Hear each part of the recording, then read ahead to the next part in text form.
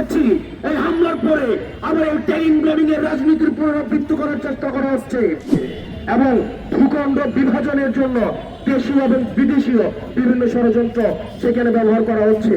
এবং দুঃখজনক বিষয়, এই ফ্যাসিবাদের সময় যে ট্যাগিং ব্লেমিং এর রাজনীতি ছিল, আজকে আমরা দেখছি এই হামলার পরে আবার এই ট্যাগিং ব্লেমিং এর রাজনীতির পুনরাবৃত্তি করার চেষ্টা করা হচ্ছে এবং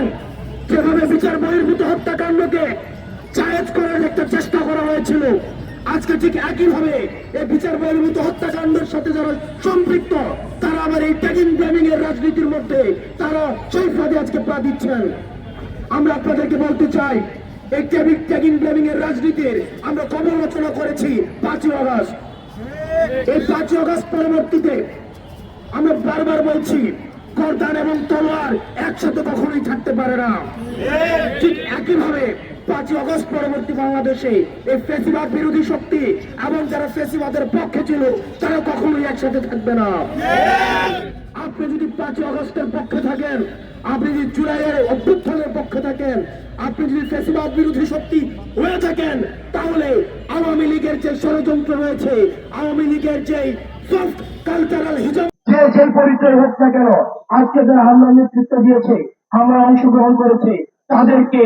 গ্রেফতার করে তাদেরকে শাস্তির আওতায় নিয়ে আসতে হবে। আপনারা জানেন ৭১ পরবর্তী সময়ে আমাদের যে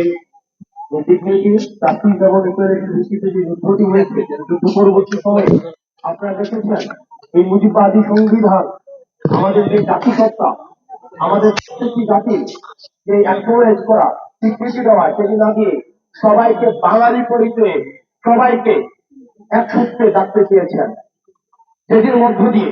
শুধুমাত্র বাঙালি ছাড়াও আমাদের দেশে অন্যান্য যে জাতিসত্তা রয়েছে তাদেরকে অস্বীকার করা হয়েছে। প্রিয় সহযোদ্ধা, আপনারা আজকে দেখেছেন, আজকে বাঙালি বাঙালি, তুমি কে আমি কে, বাঙালি বাঙালি, আমরা এই স্লোগানকে 5ই আগস্ট আমরা স্থায়ীভাবে প্রত্যাখ্যান করেছি। আমরা যখন ঢাকা বিশ্ববিদ্যালয়ে এই যে আগস্টের যে জুলাইতে মুভমেন্টে আমরা আইন শৃঙ্খলা রক্ষাকারী বাহিনী যারা রয়েছে, আমরা তাদের দায়িত্ব অবহেলার নিন্দা জানাই। আমরা দেখেছি ফ্যাসিবাদের সময় আমরা যখন বিভিন্ন যখন করে রাজনৈতিক কর্মসূচি দেওয়া হতো, যদি বডি ল্যাঙ্গুয়েজ, সাইন ল্যাঙ্গুয়েজের মধ্যে যদি রাজনৈতিক কর্মসূচি দেওয়া হতো, ফ্যাসিবাদ বিরোধী যে রাজনৈতিক শক্তিগুলো রয়েছে তারা যদি বডি ল্যাঙ্গুয়েজের মধ্য দিয়ে কোনো ধরনের রাজনৈতিক কর্মসূচি দিত, সেখানে ইন্টেলিজেন্স ইউনিট গুলো বাসা থেকে ধরে ধরে নিয়ে এসে তাদেরকে আইনের আওতায় নিয়ে আসতো। কিন্তু আজকে আমরা দেখছি ঘোষণা দিয়ে এনসিপির সামনে আজকে আক্রমণ করা হয়েছে। যারা অপরাধী তাদের ছবি জাতির কাছে স্পষ্ট, যারা হামলা করেছে তাদের ছবি জাতির কাছে স্পষ্ট, যারা আমার ভাই বন্ধুর উপরে হামলা চালিয়েছে তাদের ছবি সবার সামনে স্পষ্ট। কিন্তু আমরা দেখছি তাদেরকে কোনোভাবে দেওয়ার জন্য ট্যাগিং ব্যাগিং গেম শুরু হয়েছে, যেটি আমাদের গত 1.5 যুগের ফ্যাসিবাদী যে কাঠামো রয়েছে, এই কাঠামো রয়েছে সাইক্লিক্যাল সেই চর্চাটি অব্যাহত হয়েছে। আমরা স্পষ্টভাবে বলতে চাই,